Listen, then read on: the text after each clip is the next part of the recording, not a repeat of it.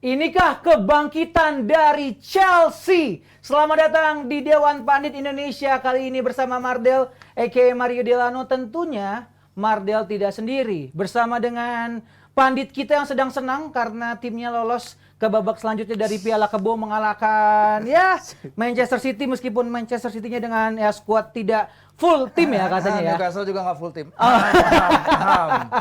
Lalu kita juga ada yang comeback. Salah satu pandit dengan tim favoritnya adalah AS Roma yang memang hasil ya di Serie A lagi tidak baik-baik saja. Bung Harpa, welcome back. Thank you.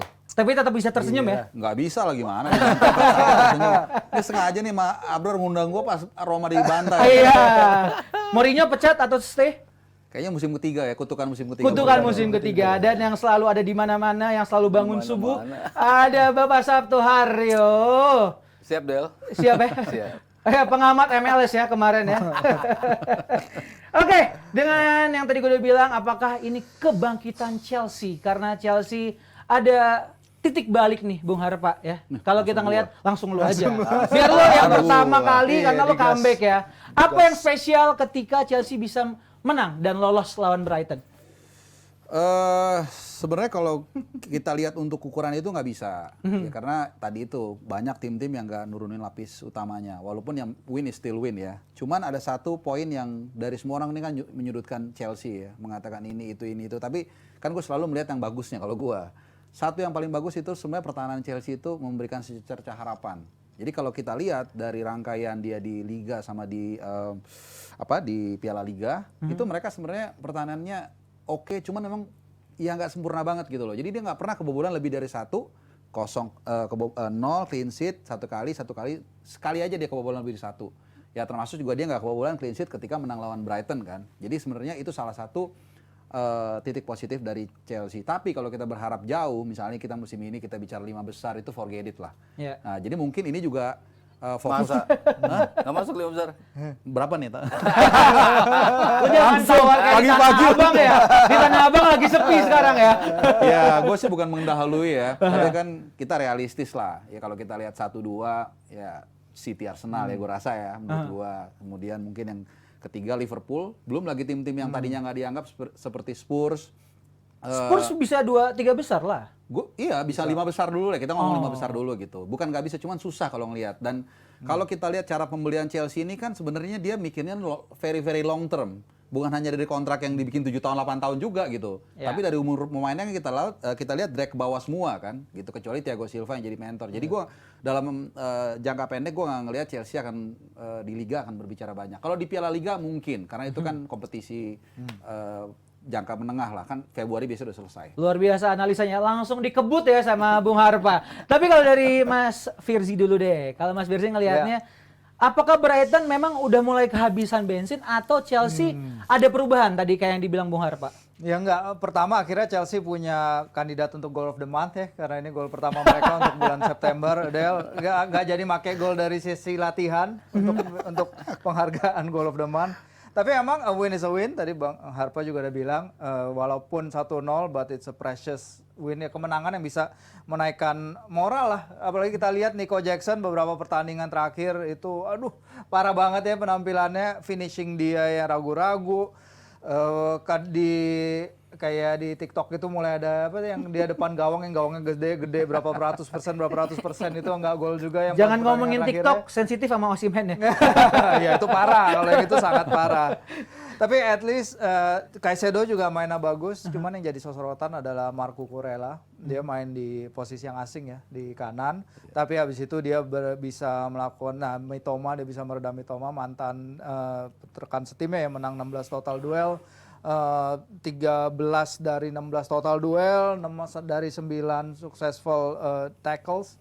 Ini angka-angka yang sangat bagus bagi Cucurella yang seperti banyak pemain Chelsea lain, they need this big performance, they need this result, they need the good performance. Ya kalau ini bisa jadi pijakan ke depannya bagus, tapi ya nggak semudah itu sih. Apalagi kalau Nico Jackson, kita ngomongin Nico Jackson di depan, beban besar ke pemain yang baru musim pertamanya di Premier League dan pelapisnya hanyalah Armando Broja yang baru balik dari cedera panjang. Jadi there's still banyak isu juga di tim ini sebenarnya. Oke.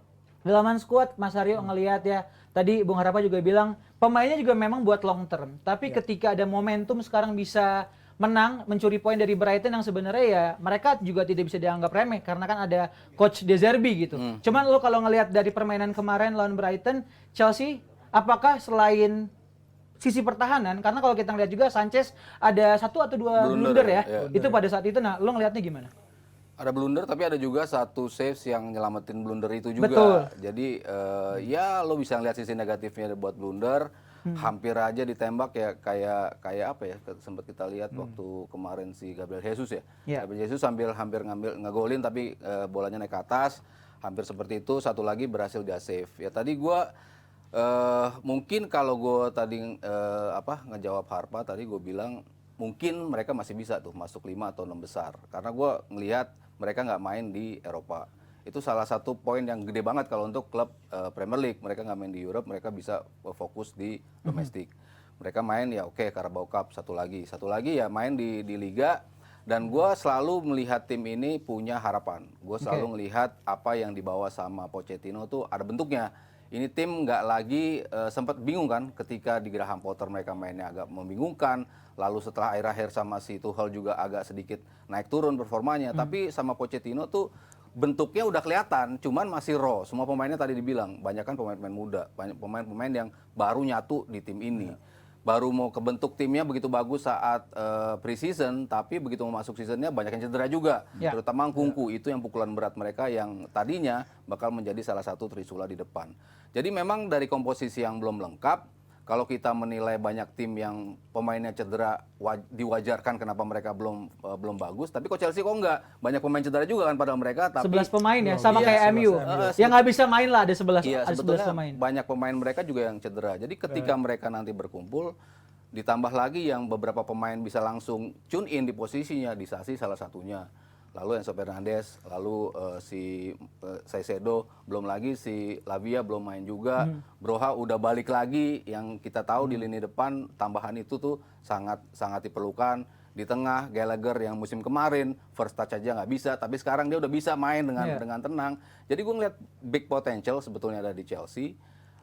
Kekalahan tadi nggak terlalu besar, artinya dari sisi defense mereka bisa untuk keep up melawan tim-tim yang ada di Premier League. Jadi gue ngeliat tim ini masih bisa lah survive ke depannya. Oke. Dan kalau Bung Harpa ngelihat pasukan Chelsea yang dipenuhi oleh Gen Z ini ya. Tadi kan ada banyak nama gitu dari Mas Aryo yang sebutin. Tapi lo ngelihat nih yang akan promising untuk beberapa match ke depan dan juga bisa menjanjikan penampilannya itu siapa? Tadi sebenarnya nggak jauh beda sama yang Mas Aryo bilang ya.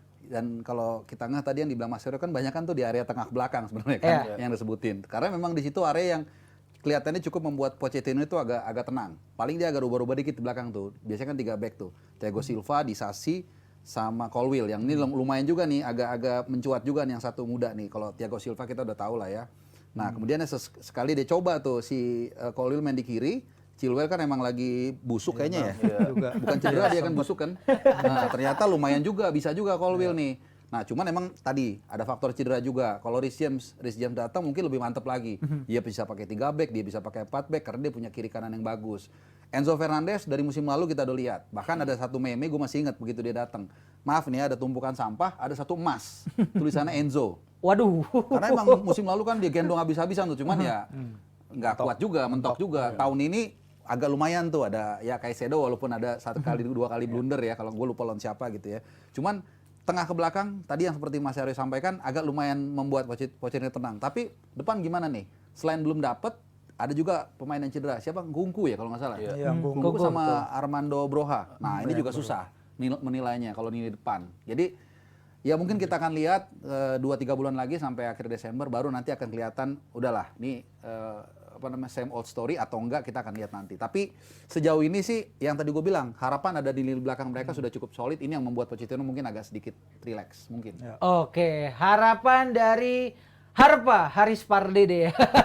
Pas ya namanya ya? Pas ya, Haris Pardede. Nah tadi kalau kita udah ngomongin Chelsea, sekarang gue pengen langsung nanya ke fansnya Newcastle tentang ketika kemarin bisa menang lawan City. Dan Ya kayaknya Pep Guardiola ada skala prioritas ya. Mereka nggak mau fokus ke kayak Community Shield atau mungkin Piala Kebo. Akhirnya dia juga alasan ya udahlah nggak apa-apa lah gue lepas gitu. Ya kalau kita lihat emang Pep kan sebenarnya pakai kompetisi ini sebagai springboard untuk karirnya dia di Inggris ya. Berapa kali gelar beruntun, 4 gelar beruntun ya sebelum akhirnya kemarin Man United dan sebelum apa Liverpool ya, betul ada satu klub lain.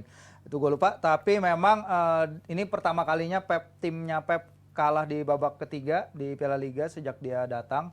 Oke, kalau lihat emang nggak terlalu serius, kayaknya ada kesan itu dia kayaknya timnya juga nggak terlalu agresif mengejar ketertinggalan. Walaupun babak kedua dia masukin Phil Foden, walaupun babak kedua masukin Jeremy Doku, tapi dia keep Erling Haaland di bench, dia keep Erling Haaland dari bermain. Dan kalau kita lihat sebenarnya timnya create chances. Sebenarnya timnya tuh kemarin cuma perlu si sosok seperti Haaland, tapi memang akhirnya nggak dipakai. Tapi kita lihat kalau babak pertama Newcastle juga ya tadi Mardel udah bilang ya, Pep itu melakukan banyak pergantian, 8 pergantian dari tim yang menang pada laga sebelumnya. Newcastle juga melakukan 10 pergantian dari tim yang menang 8-0. Total ada 18 pergantian. Iya, ya, 18 pergantian. Dari tim yang menang 8-0, gue ulang. Mesti di highlight Mesti 8-0 di-highlight ya. Oke. Sekali-sekali lah, boleh lah. Boleh. Udah lama nggak menang gede. Betul. Lawan Sheffield United. Yang City kesulitan, yang Spurs dari pertandingan sebelumnya perlu gol di menit 97 dan 110 untuk menang. Ya tapi gitulah, Newcastle juga kesulitan pada babak pertama, under severe pressure, mainin Louis Miley dan 17 tahun, Louis Hall di lini tengah 19-20 tahun. Masih kesulitan, tapi babak kedua ketika Bruno Guimaraes dan Anthony Gordon turun, lebih stabil, lebih menyerang. Dan ya gol luar biasa dari Isak, maksudnya kerjasama bagus dengan si Joelinton. Oke, Isak ya memang sampai akhir tukeran jersey juga terakhir sama Haaland ya. Yes. Tapi kalau Om Haryo ngelihatnya, kalau City ya, City kan ya pakai pelapis ya, pemain pelapis. Apakah itu bisa mengindikasikan bahwa memang pemain-pemain pelapisnya City sebenarnya juga belum sebagus atau enggak di bawah satu level dari pemain-pemain tim utamanya City? Kalau kalahnya 3-0, 4-0 ya mungkin lo bisa bilang gitu gitu kan. Cuman kan kalah 1-0 it's ya logical win lah ya, maksudnya logical loss kalau lo kalahnya cuma 1-0. Okay. Jadi kalau lo menilai mereka tim inti atau cadangannya tuh terpaut jauh sih nggak juga gitu. Cuman tim intinya mereka sendiri kan juga sebetulnya agak turun dibandingkan musim kemarin. Kita bicara nggak ada Gundogan, kita bicara nggak ada satu lagi siapa yang cabut? Riyad Mahrez. Mahrez ya, nggak ada Mahrez. Ada 2 pemain yang practically pemain inti di musim kemarin. Mahrez di depan, Gundogan yang ngisi tengah. Ya walaupun Kovacic masuk, walaupun Jeremy Doku juga masuk, tapi kan lu masih butuh something untuk ngejelin tim ini. Nah itu yang gue lihat di tim intinya tuh belum jadi. Nah apalagi tim yang pelapis keduanya kan lu gabungin lagi pemain-pemain yang jarang mendapatkan menit tampil berbarengan. Ini dijadiin satu dalam satu tim. Tapi kalau lo ngelihat mereka tetap bisa held possession lebih tinggi, creating chancesnya juga cukup banyak. Ya. Artinya kan apa yang dimauin Guardiola kan tetap bisa mereka praktikkan gitu. Cuman what matters tuh mereka nggak bisa nyetak gol, itu yang jadi masalah. Jadi yang gue lihat perbandingan utamanya adalah di mana mereka nggak punya pencetak gol. Kenapa mereka nggak masukin Haaland? Nah itu masih menjadi pertanyaan. Apakah betul-betul si Pep udahlah emang tim gue yang gue janjikan adalah gue mainin tim ini. Oke. Menang kalah yang gue mainin tim ini. Gue nggak ngotot untuk bisa mendapatkan kemenangan. Kalau dia memang ngotot, ya pasti Haaland akan dimasukin.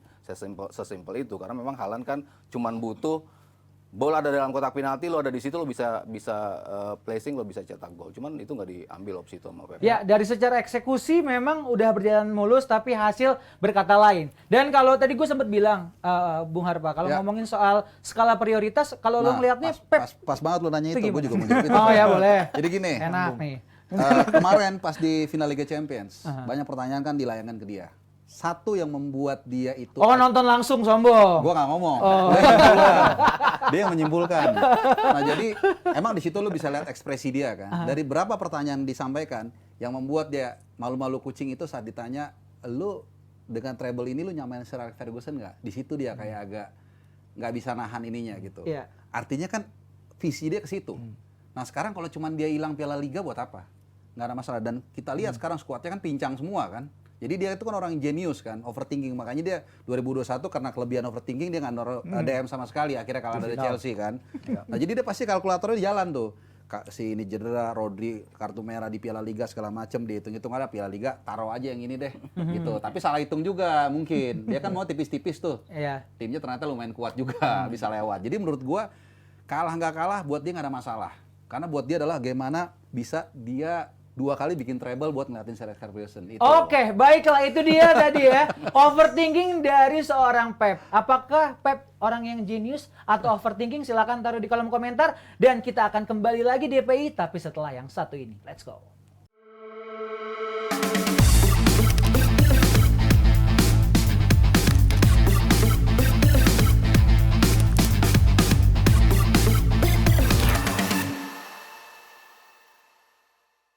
Tiga 1 FC bisa apa untuk di pekan ini? Wah, masih barengan sama Mardel dan juga ketiga pandit kita. Ini senior-senior gue semua. Kita akan ngebahas soal IPL minggu ini. 3-1 FC.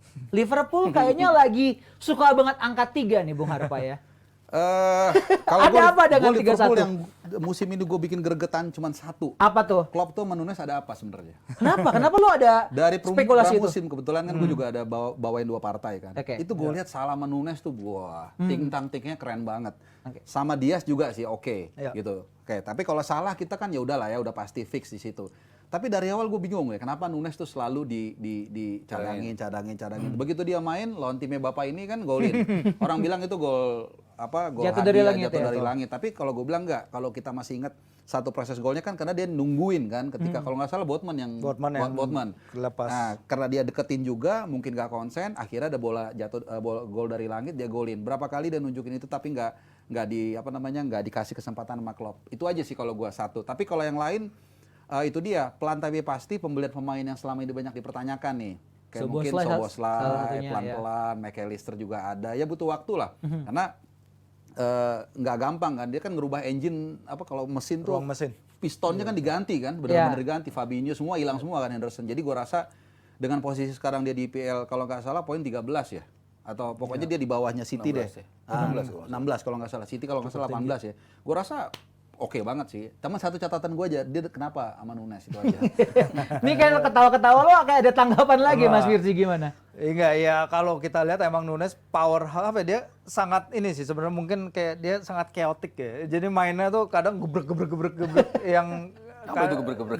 gebrek permainannya emang gerasak gerusuk mungkin itu bahasanya. Kosakata baru ya? Kosakata baru enggak, udah lama itu sebenarnya. Tapi yang selain sorotannya sebenarnya juga dari lini depan, tapi pingin nyorot juga lini tengah ya, number 8. Mereka punya number 8 yang begitu sangat bagus. Sekarang banyak yang bilang dia the next Steven Gerrard, mungkin pemain yang paling layak mendapatkan nomor 8 setelah Gerrard, Szoboszlai. Bisa creating chances, bisa penetrate dari second line, bola-bolanya, dia punya visionnya juga luar biasa. Sebenarnya menarik nanti kita lihat akan lawan Spurs, karena memang Spurs kan sejauh ini juga kekuatannya juga di center of midfield ya. Bissouma, Malangsar, Sisar itu kan juga bagus. Madison apalagi itu luar biasa. Dan menurut gua match up-nya akan menarik di lini tengah sih nanti Del. Kita akan lihat duel yang menurut gua akan imbang dan antara dua tim yang memang lagi ascending, walaupun itu tadi si Bang Arfa udah bilang bagaimana mereka lagi rebuild sesuatu cuman bisa naik. Szoboszlai, tapi kalau ngelihat Mas Aryo tadi kan dibilang the next Stevie G gitu. Apakah terlalu terburu-buru untuk bisa menyimpulkan seperti itu atau sudah mulai kelihatan pattern permainannya? Kalau apple to apple sama Steven Gerrard mah sebenarnya enggak juga ya. Maksudnya dalam artian Gerrard bisa ngegolin regularly, Gerrard bisa ngasih assist regularly juga, dia bisa mau kirim bola assist berupa crossing depan gawang kenceng, jauh melambung, segala macam tipe assist dia bisa kirim. Kalau kita bicara atribut ya masih jauh lah kita bicara Steven Gerrard. Cuman sosok, kalau ngelihat sosok, work rate, terus yang tadi Firzi bilang vision dari dia bermain itu udah mulai mirip-mirip sama Steven Gerrard. Menempati posisi-posisi kosong, ruang-ruang kosong untuk nutup, itu yang biasa dimainin Gerrard, itu udah mulai dipraktekin sama Szoboszlai. Etos kerja ini loh yang selama ini kan bisa menggerakkan mesin Liverpool kan itu. Kita nggak lihat tim ini kan nge-build up rapi dari bawah, bukan tipe itu. Tapi transitionnya seperti apa, semuanya dari lini tengah. Mereka bisa nge-press, bisa kehilangan posisi, mau per kiri kanan tetap jadi gol. Dari belakang pun seperti itu, dari wing yang biasanya, tapi bukan bola-bola dari tengah. Jadi engine ini yang gua rasa betul-betul udah ditemuin sama Klopp. Datengin McAllister, Szoboszlai, walaupun satu lagi tuh masih dicari-cari sampai sekarang. Endo berapa kali dikasih kesempatan, ternyata Masih naik turun lah ya. masih jelek lah kalau menurut gue ya. Maksudnya belum worthy starting position di Liverpool karena berapa kali blunder elementer yang harusnya lo nggak bisa lakuin ketika lo bermain di Liverpool. First touch hilang, lo nge-shield bola, puter balik, diserobot lawan. Itu bahaya banget kalau ketemu tim yang transisinya bagus. Itu kan gampang banget untuk keserobot. Jadi tengahnya udah mulai dapet, walaupun lo masih cari satu pemain, diputar antara Curtis Jones bisa di situ, mungkin Harvey Elliott, bisa Gravenberch juga ada di situ, atau ya Endo sekalian dikasih kesempatan lagi. Lini tengah udah mulai oke. Depan nggak ada masalah, ya walaupun tadi Harpan sempat nyinggung kenapa Nunes. Kalau Nunes kan kita ngelihat Klopp itu pelatih yang betul-betul bisa ngelihat potensi kapan sih gue harus nurunin nih pemain, kapan enggak.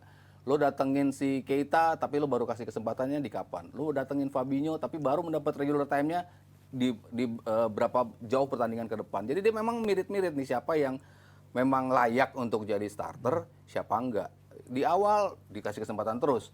Cuman kan abis itu dia dapat kartu merah langsung nyungsep penampilannya. Untuk balik lagi ke atas tuh lama si Nunes untuk dapat kesempatan itu. Berapa kali dapat kesempatan, ngebuang kesempatannya terlalu banyak. Cuman sekarang udah mulai tuh. Mungkin kemarin harga bandrolnya 80 tapi orang bilang cuma 20, ya sekarang udah mulai deket nih 65 lah tuh kita bicara bandrolnya, karena kesempatan-kesempatan yang lu harusnya bisa cetak gol udah mulai di-deliver sama Nunez. Jadi secara overall kalau tadi Harpa bilang Liverpool mungkin di bawah Arsenal, tapi gue ngeliatnya mungkin jadi kandidat malah yang terkuat nih di bawah City di Premier League. Masuk Bung 5 Harpa. besar, masuk 5 besar lah. 5 besar, oh iya, pede aja dulu soalnya ya. Cuman nggak tahu urutannya gimana. Kalau City sih kayaknya nomor 1 lagi lah kayaknya ya. Bung Harpa, tadi ngelihat penjelasan yang udah dijelasin sama Mas Haryo gitu ya. Terus kalau ngelihat sekarang, Klopp, apakah dirinya bersama anak-anak asuhnya tuh sudah on the right track nih untuk Liverpool bisa kembali konsisten ya? Bukan masalah menang kalah, tetapi secara permainan tuh udah mulai konsisten, tidak ada yang bolong-bolong kayak beberapa musim lalu gitu. Lo ngeliatnya gimana? Tadi yang pertama memang gue setuju sama Mas Aryo ya. Jadi lini tengah ini memang nggak ada yang sekuat dulu mungkin ya. Iya. Dan bahkan sebenarnya ditambah juga di lini belakang kan juga bolong-bolong juga. Kalau gue nggak terlalu ini detail ya, tapi masih banyak yang cedera kalau nggak salah ya. Mungkin hanya Robertson yang paling fit ya.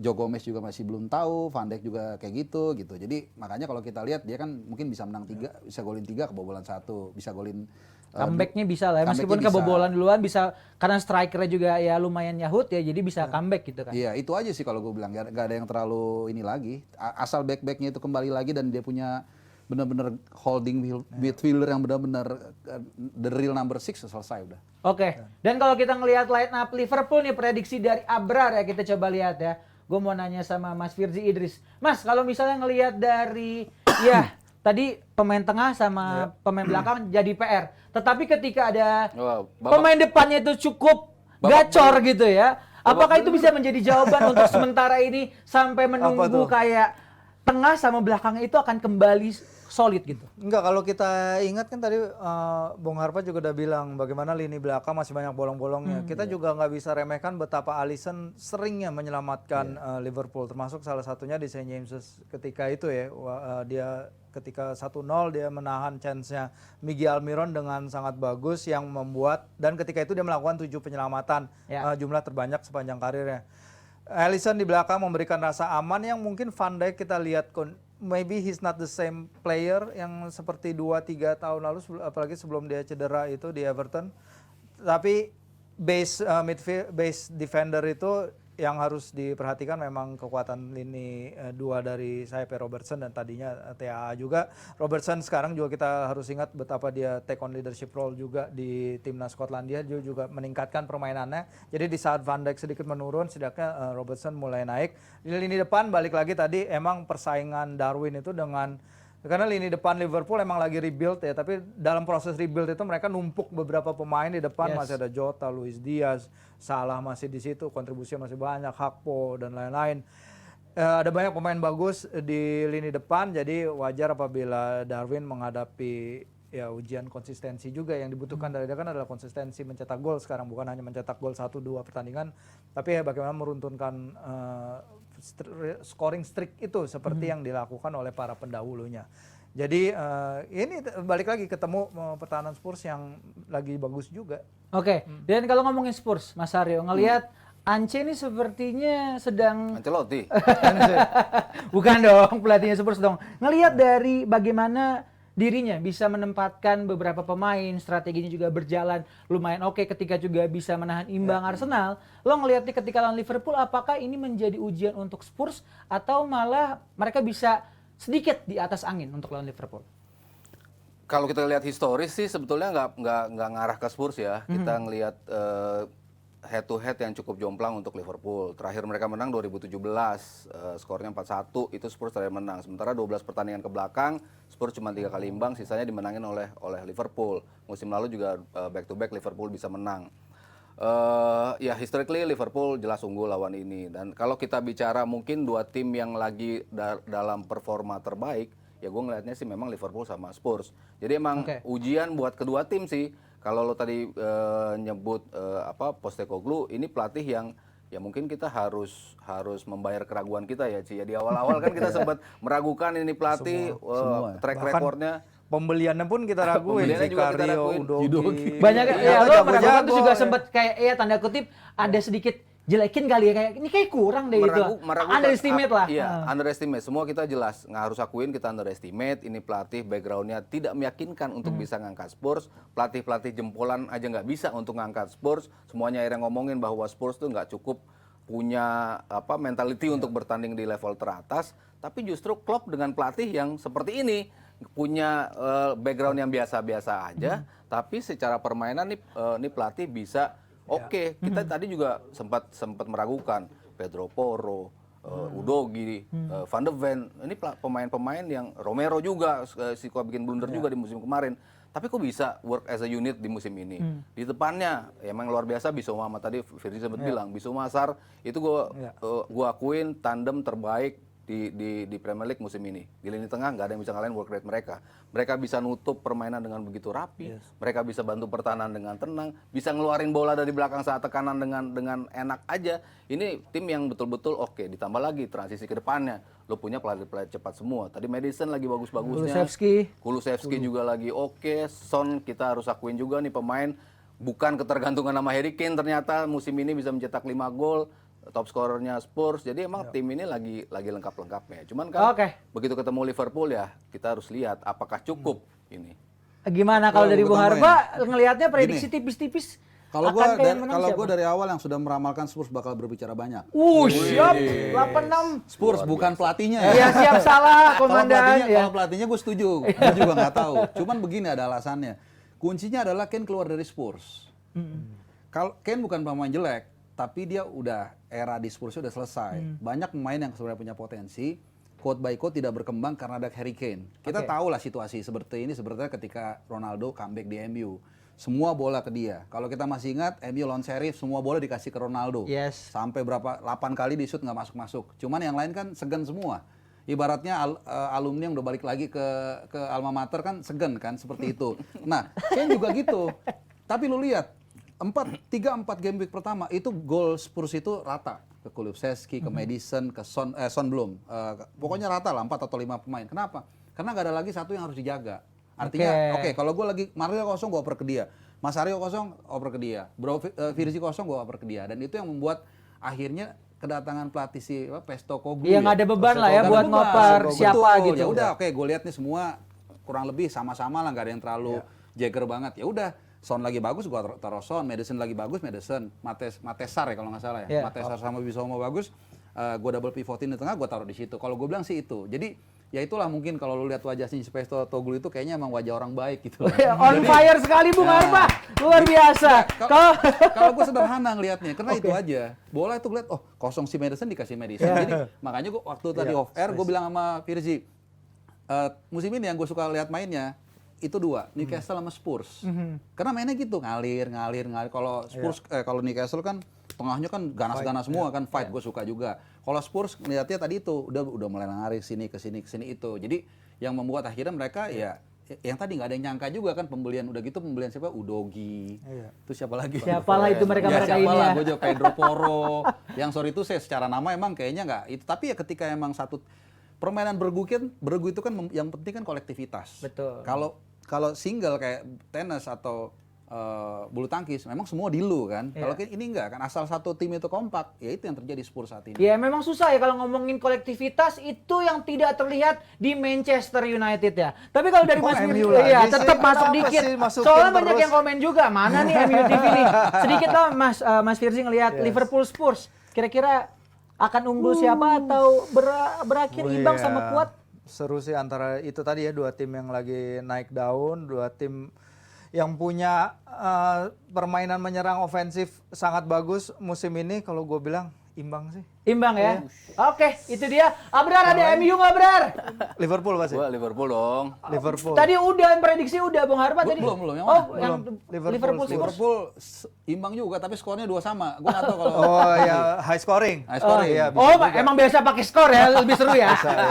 Bola jalan soalnya. over berarti. Mas Aryo? Gua low scoring sih, tapi Liverpool. Oh, Liverpool. Oke lah. Yang mau nungguin MU TV, karena meskipun gue pakai jersey MU, kita akan bahas di episode berikutnya. Apakah kita bahas atau enggak? Tungguin makanya. Yuk kita lanjut.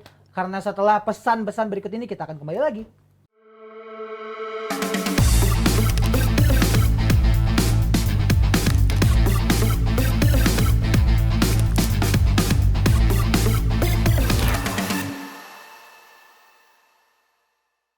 Hambar sekali kalau tidak membahas MU ya. Jadi kita kembali di episode ini masih bersama Mardel, ada juga 3 pandit kita, Mas Firzi, Bung Harpa, dan juga Mas Haryo. Kita ngomongin soal MU. Ya banyak yang mulai meninggi-ninggikan MU, tapi gue tidak mau ya kecelek. Tapi secara permainan lawan Crystal Palace kemarin, ya menurut gue ada sedikit secerca harapan. Lo setuju dengan argumen gue atau tidak, Mas Firzi? Ya harapan selalu ada. Itu tadi satu kemenangan sebenarnya bisa mengubah segalanya kan, apalagi pertama kemenangan datang dengan siapa, Amrabat yang menunjukkan ininya kan, stealnya dia di lini tengah, terus Mason Mount katanya juga bermain bagus. Iya. Tentu ya bagusnya ya dalam tanda ini ya, Ya, dalam kutip ya. kontribusi dia dibandingkan yang Sebelumnya, selama ini kita tahu dia pemain bagus, pernah double digit goal dan double digit assist bersama Chelsea beberapa musim lalu. Emang dia musim terakhir di Chelsea nggak berjalan sesuai harapan, tapi kita tahu Ten Hag terus berusaha mengaplikasi permainan dia ke dalam sistem bermainnya Man United. Sebenarnya yang jadi pertanyaan juga karena sisi positifnya ya. Setidaknya kan Anthony udah balik latihan ya katanya ya. Jadi option di depan itu bertambah lagi. Tadinya kan sempat dipikirkan apakah Bruno bakal bermain lagi di kanan atau seperti apa. Nah kita lihat abis ini menghadapi Crystal Palace lagi. Susah banget ya, Crystal Palace ya, double header ya. Double header. Sebelum sebelum midweek ini sebenarnya di FPL gue sempat ngambil Odsonne Edouard karena mungkin harapan gue dia bisa mencetak gol lawan MU, tapi kemudian Crystal Palace kita lihat di midweek tidak bisa memberikan perlawanan berarti ini di Old Trafford. Jadi kayaknya gue salah, harus ganti pemain lagi, dan kayaknya ya memang saatnya Man United juga balik menang dengan clean sheet. Oke, kalau dari Mas Aryo ngelihat dari segi formasi Amrabat juga sempat di back kiri ya. Dan lo apakah dengan implementasi baru sempat mencadangkan Rashford dan juga Bruno, apakah di pertandingan Liga Inggris harus dilakukan treatment yang sama, Mas Aryo? Kalau untuk Bruno mungkin enggak ya. Untuk Rashford boleh jadi cadangin dulu deh, bisa. Teman kalau untuk Bruno gue rasa tetap layak jadi starter. Kalau gue bilang ya tadi mungkin posisi yang paling vital buat MU kan siapa cari pendamping yang pas buat Casemiro.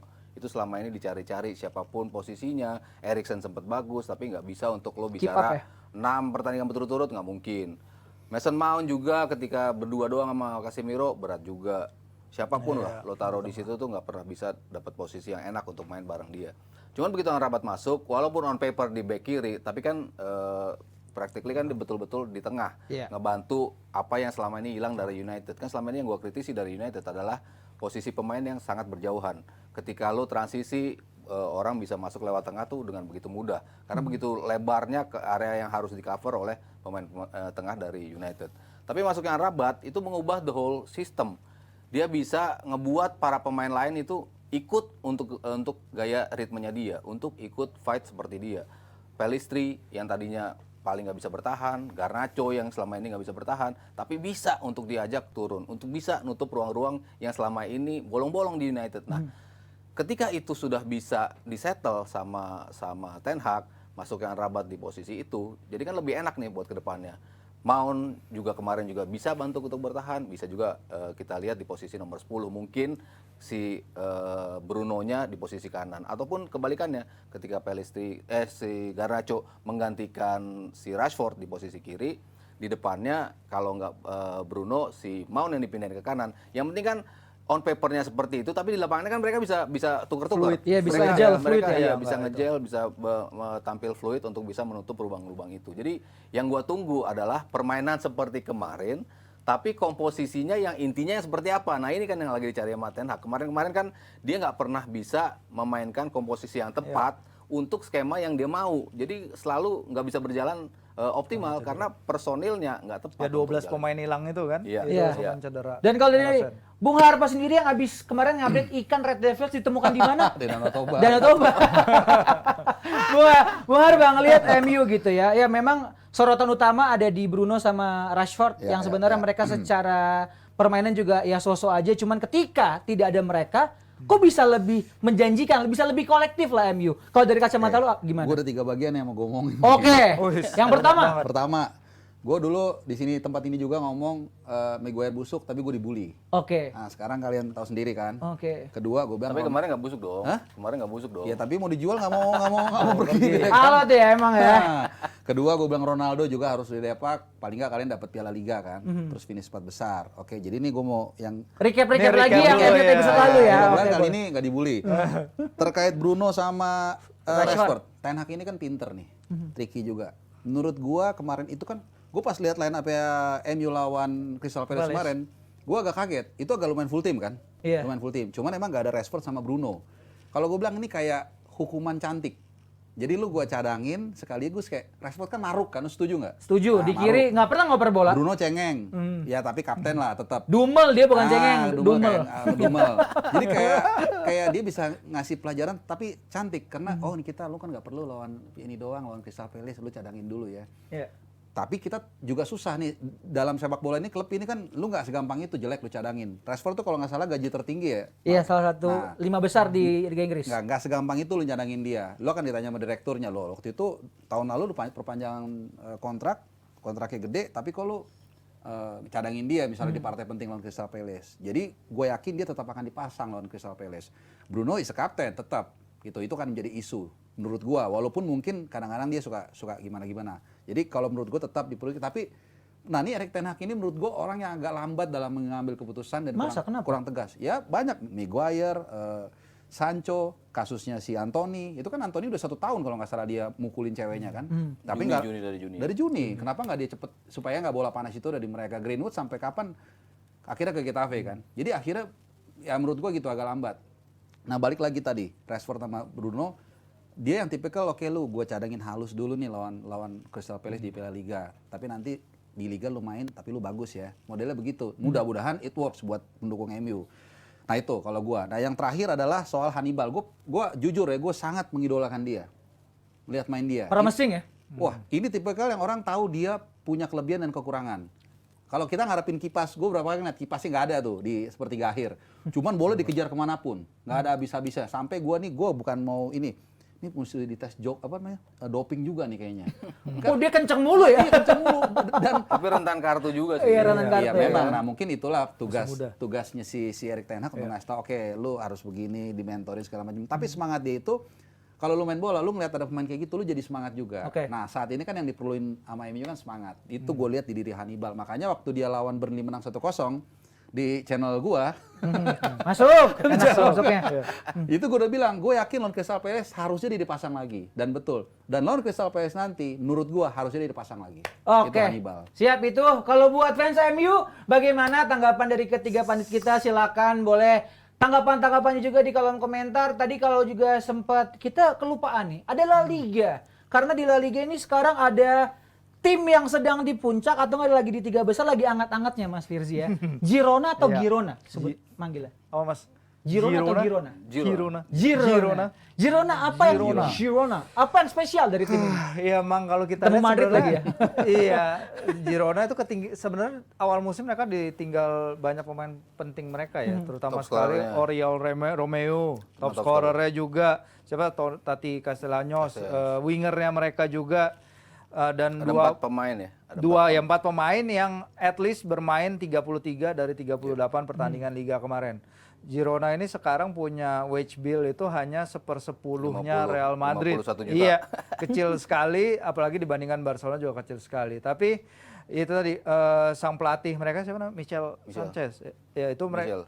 Michel mereka dia bisa memainkan sepak bola yang dikatakan sebagai street football dengan pemain-pemain yang very exciting kayak si Savinho itu. Kemarin dia mencetak gol lawan Mallorca ya, ketika dia menang Mallorca. Dia bisa leading La Liga, bisa at least bersama Barcelona ya, bersama tetangganya menjadi klub pertama yang belum pernah juara La Liga yang bisa leading mendapatkan 16 poin dari 5 pertandingan awal itu sejak Villarreal tahun 2015. Jadi tidak mudah sebenarnya untuk mendobrak bagi klub yang belum pernah juara La Liga untuk mendobrak papan atas, tapi Girona bisa melakukannya dengan itu tadi wage bill yang jauh lebih rendah, dengan pemain-pemain yang ya itu tadi lebih antah berantah dari pemain-pemainnya Spurs. Savio kalau lihat permainannya di La Liga keren banget, dribblenya dia, keberanian dia membawa bola, bahkan pelatihnya mengatakan dia mungkin the best one-on-one player setelah Vinicius Junior. Dan ini dalam dribble sama one-on-one dan ini adalah bukti bahwa bagaimana Girona bisa mendobrak papan atas La Liga tidak dengan bermain membosankan, tapi bermain attacking football yang memberikan apa ya, warna lah bagi Liga Spanyol. Oke, dan kalau Mas Aryo ngelihat dari Girona sebenarnya track record di La Liga di musim ini di awal musim juga terbilang oke ya, bukan lumayan lagi. Bukan oke sih, gila sih. Gila ya, gila Ya, banget. tadi Tapi Firly- ketika mereka lawan Madrid nih, dengan Madrid juga punya PR tersendiri gitu ya. Gue pengen lu apa ya ngelihatnya Girona ini apakah bermain tanpa beban atau mereka memang sudah bisa memperlihatkan fighting spirit? Oh, gue di antara Barca, Madrid atau Atletico, Girona nih bisa jadi kuda hitam gitu. Iya, kalau tanpa beban tim-tim yang mereka kalahkan itu kan Bukan tim ecek-ecek lah tim ya. papan atas, tim papan atas Spanyol lah ya, walaupun peringkatnya lagi nggak di papan atas. Villarreal, Sevilla, tim-tim gede lah yang bisa mereka kalahin. Mereka bisa mengoleksi 19 poin, salah satu yang terbanyak di 5 liga top Eropa. Mereka bisa mencetak 18 gol, salah satu yang terbanyak juga dicetak oleh 11 pemain berbeda. Ini kan suatu bukti bahwa Itu tim terbanyak di Eropa ya. Iya, terbanyak di Eropa juga. Komposisi 11 pemain bisa kontribut terhadap satu tim golnya. Itu kan suatu bukti ini tim ini nggak terpengaruh sama satu orang. Tati Castellanos musim lalu menjadi top skor mereka, cabut nggak masalah. Mereka masih punya Christian Suani, kapten mereka yang udah tuir juga, tapi regularly selalu bisa mencetak gol. Dia selalu bisa berkontribusi gol. Sekarang udah bisa mencetak 2 gol. Jadi dari mana gol ini mereka datang itu nggak banyak yang tahu tim-tim dari La Liga. Dan mereka tuh identiti mereka begitu kental. Tadi sepak bola indah, the most exciting team yang paling enak ditonton sekarang ya salah satunya Girona. Karena permainannya betul-betul enak untuk dilihat. Mereka nggak pernah tampil defensif. Oke, di musim pertama mereka datang agak sedikit defensif. Tapi ternyata mereka ujung-ujungnya degradasi juga, ujung-ujungnya fighting for degradation juga. Tapi sekarang mereka udahlah kita main dengan identity kita seperti apa. Kita selalu bisa main cantik, kita selalu bisa mencetak gol. Dan ini bisa kontribut mereka menjadi pemuncak. Ya ini bahaya juga buat Madrid yang belum menemukan komposisi. Tadi gue bilang itu dia tuh. Di awal udah ada nih komposisinya, udah oke, kita nggak ada Benzema, kita mainin Vinicius dengan Rodrigo. Ternyata Vinicius cedera.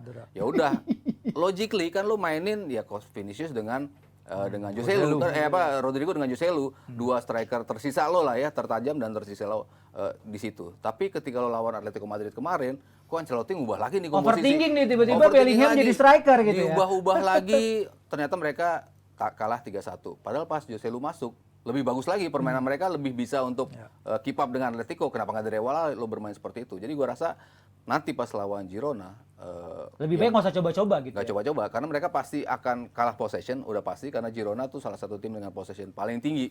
Habis Barcelona di musim ini ya. Di musim ini nomor 2-nya Girona.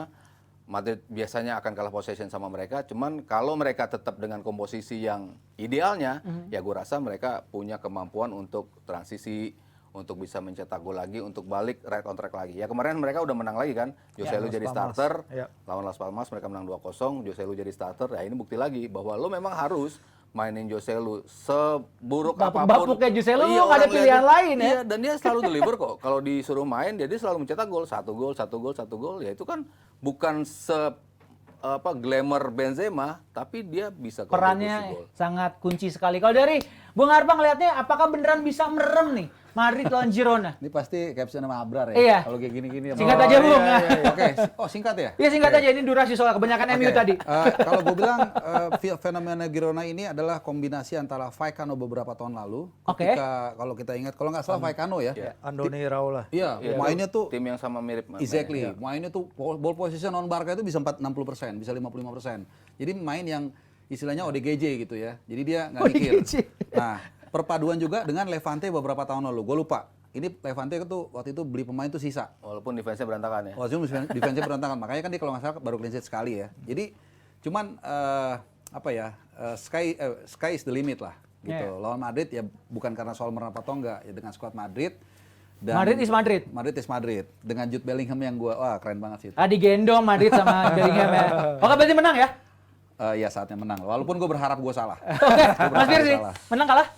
Main di mana sih? Di Girona apa di Madrid? Di Girona. Girona kalau Main di Girona. Seri lah ya. Di seri. Tapi Bukan kebayang seri serunya sih ya. bisa. Serunya. Kebayang serunya ya. Intensitas tinggi. Mas Aryo? Seri ini kayaknya. Seri ya?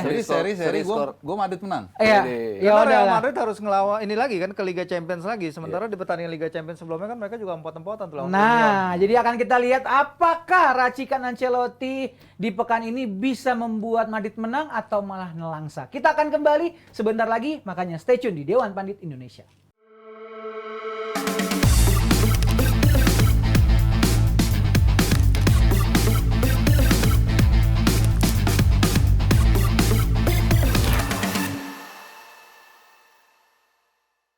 Indonesia pulang, siapa yang senang? Dewan Pandit Indonesia kembali lagi bersama Mardel, ada Firzi, ada Harpa, dan juga Sabto Hario. Kita melihat bagaimana Indonesia pulang dengan, ya sebenarnya apakah bisa lebih cepat atau malah ada chance menang nih? Kalau dari Bung Harpa dulu. Sebenarnya udah bisa kelihatan ya. 90 menit ya itu ya? Bukan. Sekelumit waktu lawan Chinese Taipei atau Oke. Taiwan. Iya. Ya itu kan walaupun kita kalau bandingkan dengan yang senior kan katanya timnya itu beda, katanya universitas atau apalah. Tapi paling nggak kan ya kita bisa sedikit banyak lihat baik bagaimanapun juga with all due respect ya Chinese Taipei itu kan jauh lah gitu levelnya. Tapi kita kalah 0-1. Sebenarnya dari situ udah kelihatan. Apa yang salah? Ya bahwa tim ini tidak dipersiapkan dengan baik sebenarnya. Dari situ aja udah kelihatan. Pertandingan terakhir pun kita tahu kan, kita kan lolos kan beruntung. Kalau nggak salah karena Kirgistan apa gitu Kalah ya. sama Peringkat karena tiga Kirgistan terbaik. menang lawan Menang Taipei. lawan Taipei gitu-gitu kan. Jadi bahkan waktu itu banyak lah di sosmed apa-apa berseliweran bahwa wah mendingan gak lolos lah daripada daripada kita lolos di bantai. Ya. Tapi ada bagusnya juga kita lolos. Kalau kita lihat kemarin kita bertahan lawan Uzbekistan 90 menit, sebenarnya itu kalau buat gua ya ada sedikit peran juga dari friendly match kita melawan Argentina. Sedikit ya, maksudnya sebagian proporsi itu. Kenapa? Lawan Argentina kan kita belajar bertahan sebenarnya kan. Lawan Argentina loh, juara dunia yang baru juara. Jadi PD itu ada, dan waktu itu gua udah bilang, ini berguna nih nanti untuk pertandingan yang international break berikutnya, atau buat nanti Januari Februari di Piala Asia Senior. Kita kan lawan Jepang. Vietnam sama Irak gitu. Jadi PD-nya naik dan itu terlihat kemarin lawan 90 menit itu kita harus sudah kalah lawan Uzbekistan. Banyak banget peluangnya. Cuman yang gue lihat tenang di belakang itu. Tenang banget. Berapa kali dia motong bola, nutup bola, terus si Hernando Arinya juga. Kalau kita bicara di situ ya. Tapi kalau kita bicara layak apa enggak kita lolos, enggak. Memang Uzbekistan jauh lebih bagus dari kita. Oke, tapi kalau dari Mas Aryo, ngelihat dari bagaimana ketika ya kita lihat umpan-umpan pendek dari para pemain, itu pemain nggak sampai mungkin 10 detik. Tiba-tiba udah dipres lagi, hilang bola lagi. Nah sebenarnya ketika kita komparasi gitu ya, dengan timnas yang dengan pemain yang sama tapi dengan kompetisi yang berbeda, permainan tidak seperti itu gitu loh Mas Aryo. Ya harus kita lihat levelnya juga Mardel ya. Maksudnya kalau lo acuannya ke SEA Games kan emang levelnya nggak sama dengan ini kan kita skopnya Asia. Asia harus kita akuin ya walaupun Kirgistan mungkin di peringkat juga nggak terlalu jauh, tapi kan beda kalau kita lawan Myanmar misalnya atau lawan Thailand lah ya, maksudnya peringkat bisa dikatakan hampir sama, tapi kan bentuknya beda pemain-pemain Kirgistan. Lalu apalagi Uzbekistan, kita tahu ini tim bakal ngebombardir kita. Dari awal emang prediksi gue tim ini susah, karena kan U23 dia tuh emang kuat banget kan. Gitu gue bilang mereka di skop Asia 4 pertandingan mereka perhelatan terakhir mereka juara sekali, runner up sekali, peringkat 4 sekali. Itu kan nunjukin konsistensi tim ini. Di level U23 ini memang mereka bagus. Apalagi di U20 kemarin kita di sana juga kesulitan juga melawan mereka, dibombardir juga, skor terakhirnya 0-0. Hampir sama sebetulnya sama ini, kita dibombardir juga. Untungnya Hernando juga main bagus, banyak saves yang dia buat. Kalau bicara ketenangan, ya part of the game in a way kita agak tenang dalam bertahan. Cuman kan gimana lo bisa menambah sedikit lagi untuk bisa ke depan untuk cetak gol, itu kan yang kita nggak punya kemarin sama sekali. Bertahan tok gitu lo harapin apa? Harapin adu penalti. Apakah adu penalti lo bakal menang? Kan belum tentu juga gitu kan. Apakah secara mentality pemain-pemain lo bakal siap untuk adu penalti? Belum tentu juga gitu. Jadi agak missingnya ya transisi dari ketika lo sanggup bertahan dengan bagus, kedepannya apa nih untuk bisa mencetak golnya apa? Tapi kok lo nggak bisa keluar dengan tenang, lo kok nggak bisa operan-operan dalam satu sequence yang begitu panjang, kok lo nggak bisa melakukan itu. Jadi ya balik lagi ke basic permainannya, gue rasa agak sedikit turun kemarin. Oke, bentar ya Bung Harpa. Tadi mukanya kayak pengen ngomong sesuatu, tapi ke Bapak Firzi dulu. Bapak Firzi tadi ngelihat transisi gitu ya, sering hilang bola di daerah sendiri, terus juga Ramadan Sananta tidak bisa mendapatkan supply gitu ya. Apa kalau melihat benar-benar truly pemain Indonesia ini memang total bertahan dan mengharapkan ada counter attack cepat gitu? Enggak, ya kayaknya memasukkan pemain ketika turnamen berjalan memang nggak lazim dilakukan ya. Dan pasti dia not hit the ground running itu wajar. Tapi supply ke dia juga kurang. Karena kalau kita lihat berapa kali dia berada di position yang tepat mencari ruang tapi nggak dapat bola. Kita hanya 73% accurate passing sepanjang laga, hanya 3 key passes berbanding 12, itu jauh banget, kelihatan banget. In the final third kita kesulitan. Kalau tadi Mas Aryo udah bilang bagaimana Uzbekistan itu 3-4 turnamen bagus ya. Sementara kita itu memang level kita ya belum berkembang dari beberapa tahun terakhir karena memang kita paling jauh.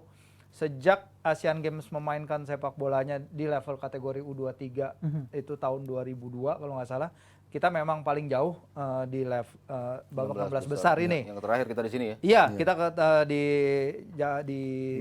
Bekasi, waktu itu Bawamukti ya. Kita kalah lawan Uni Emirat Arab ya, adu penalti. Tapi at least dibandingkan dengan ketika itu di mana penyerang kita Beto kalau nggak salah udah senior di sini kita melihat Lili Pali pemain-pemain yang berumur, di sini kita punya pemain-pemain yang punya masa depan cerah yang main lawan Argentina mulai dari Rizky, Hernando, Ramadan, terutama ya ini bagian dari learning curve mereka karena ujian mereka juga akan ada nanti di Piala Asia dan Piala ya mereka bisa main juga di Piala Asia U23 ya. Jadi masih banyak turnamen untuk age range group para pemain ini.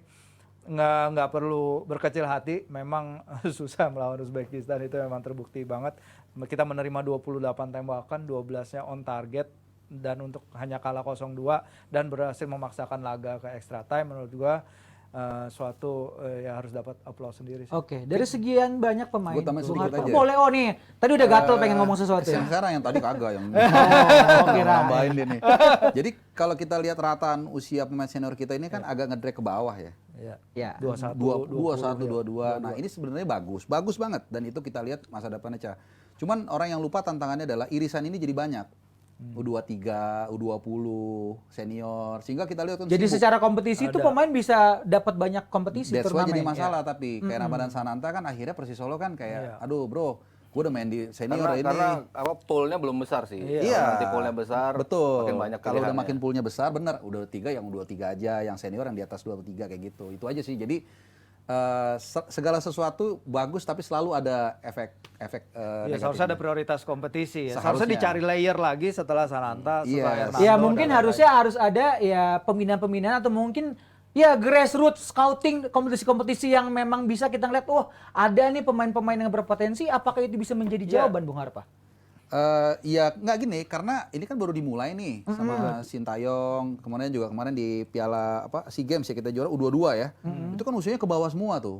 Itu kan hampir sama-sama U22, U23 senior, U24 yang sekarang walaupun U23 aslinya kan usianya dikit-dikit ya memang lagi mau dibangun di situ gitu. Yang muda-muda juga mungkin udah ngantri. Jadi mungkin ketika nanti 2024 mulai manggung tuh ya, di Piala Asia senior dan juga U23 ya mungkin di situ mulai dimasukin lagi yang baru hoki Caraka kan udah mulai masuk satu-satu ya memang butuh waktu. Tapi kalau ngelihat dari kekompakan dan juga kapasitas tim ini ya buktinya kemarin di SEA Games juara walaupun di sini agak turun lagi nih di apa namanya? Karena levelnya memang naik kan. Levelnya memang naik, Asia kan, South Korea segala macam. Jadi ya jadi buat pembelajaran lah. Dan kita juga ngelihat pembelajaran untuk Hugo Samir. Satu nama yang sedang menjadi spotlight di mana-mana termasuk di media sosial.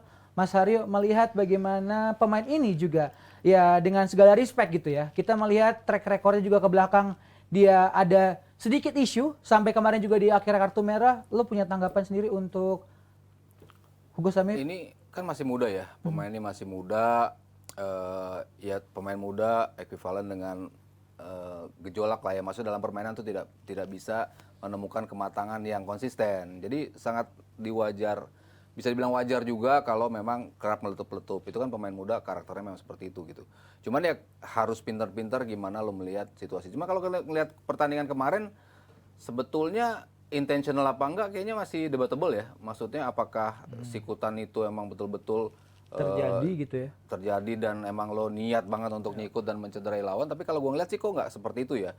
Dan di level junior bahkan di level apapun lah ya, kita sering banget melihat pemain-pemain kita melakukan tindakan yang di luar batas yang seharusnya. Tapi ya itu terjadi.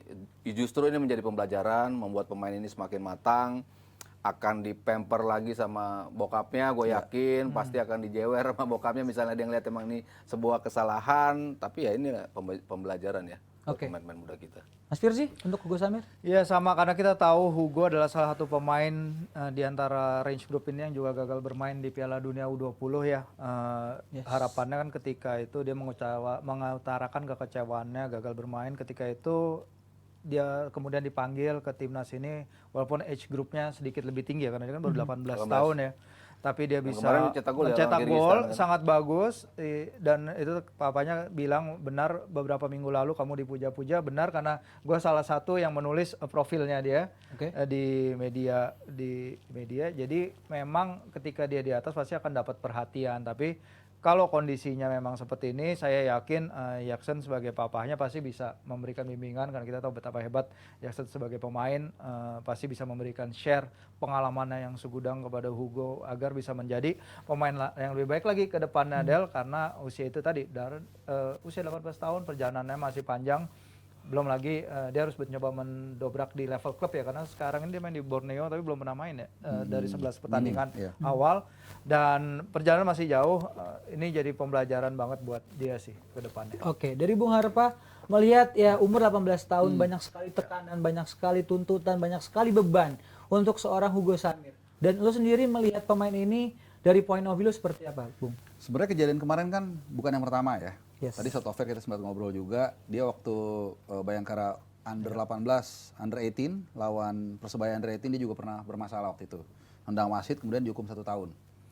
Jadi ternyata ya menurut gua with all respect ternyata mistakes-nya belum menjadi lesson buat dia.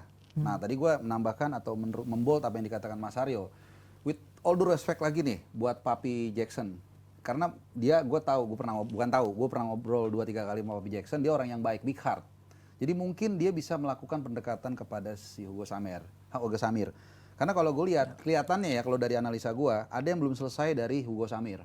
Gue nggak ngerti apa gitu. Jadi ini bukan ya people sometimes boiling ya, kadang-kadang ada lah lagi harinya dia meledak, kita lagi emosi ada. Tapi ini kelihatannya ada sesuatu yang belum selesai ya. Mungkin kayak Balotelli kita tahu kan, ada cerita masa lalu yang gak enak kita nggak tahu. Ini analisa gue ya. Jadi mungkin ini yang harus dibenahi Hugo Samir. Dan tadi Papi Jackson punya peran yang menurut gue sangat vital karena bagaimanapun juga dia ayahnya pasti harusnya lebih didengar. Kalau dia tidak selesai dengan isu itu atau dia selalu mengulangi hal yang sama, suatu saat dia bukan lagi jadi aset tapi liabilities atau beban buat tim. Misalnya ketika tim ini lagi kayak kemarin lah, ketinggalan 0-1 ngejar gol tapi kemudian kalau nggak salah lagi 0-1 ketinggalan kalau nggak salah ya. Kemudian dia kartu merah itu kan jadi liabilities buat tim kan, jadi beban. Nah di kemudian hari Kalau dia punya skill yang bagus tapi dia tidak punya EQ atau emotional control yang bagus, itu pasti akan selalu menjadi beban. Karena lawan juga bukan bodoh sekarang. Dia udah tahu, oh nih si Mardel nih mau sih colek aja 3-2 kali selesai udah. Gitu. Jadi penting banget. Jadi IQ atau intelijensia dalam bermain juga harus dibarengin dengan EQ. Oke. Dan kalau Mas Aryo melihat ya, Hugo Samir menjadi salah satu contoh nyata gitu ya, dengan usia muda dan juga akhirnya mendapatkan pressure, nggak cuman dari bagaimana hasil pertandingan, tetapi mereka harus bisa tampil all out gitu. Lo ngelihat ke depannya dengan Indonesia memang akan bertanding di beberapa ajang dan juga untuk di kelompok umur pun seperti itu. Sebenarnya apa yang harus dibenahi dari berkaca merefleksikan apa yang terjadi pada Hugo Samir? Dari sisi prestasi atau Dari mentalitas untuk bisa bagaimana mereka tahan dengan pressure itu gitu loh. Dengan ketika tertinggal, ya, ketika mereka harus sih. bisa gitu. Pasti pelan-pelan, pasti dengan apa dipegang oleh orang-orang yang tepat. Oke. Ditambah lagi zaman sekarang kan mental awareness itu kan penting juga. Lo pasti akan dibully kalau lo melakukan sesuatu, media sosial itu kan betul-betul keras. Dan kemarin gue singgung juga, APPI udah punya peran cukup besar juga untuk para pemain yang kena pembulian. Mungkin dari sisi mentality itu bisa membantu mereka, how mereka bisa keluar dari tekanan itu. Karena kan kita tahu sebrutal apa media sosial terhadap pemain yang bahkan pemain timnas kita loh. Sering banget kan mendapat bulian yang out of the, aduh gila lah maksudnya. Nah itu mungkin dari sisi mental itu bisa membantu mereka gitu. Cuman dari sisi jam terbang kemarin ya kita sempat lihat paparan Erick Thohir ya. Dia cukup oke juga nih pemaparannya. Dia butuh 150 orang ya untuk bisa menjadi. Jadi timnas itu nanti akan beranggotakan 150 orang. Tapi dari level yang berbeda-beda. Ada 5 tim untuk U17, ada 3 tim untuk U18, ada berapa tim untuk pokoknya sampai tim senior nanti punya 2 tim berbeda, 11 starting 11 berbeda untuk masing-masing. Jadi kan tadi kita bicara pool ya. Kalau makin banyak pemain berkualitas dalam satu kolam, makin enak pelatih untuk ngambil. Karena kualitasnya kan sama. Nah, itu kita berada pada track yang tepat untuk membuat kolam ini diisi oleh pemain-pemain yang berkualitas. Nah, kesananya gimana ya lo harus mulai kompetisi mulai dibenahi. Tadi lo sempat singgung youth competition.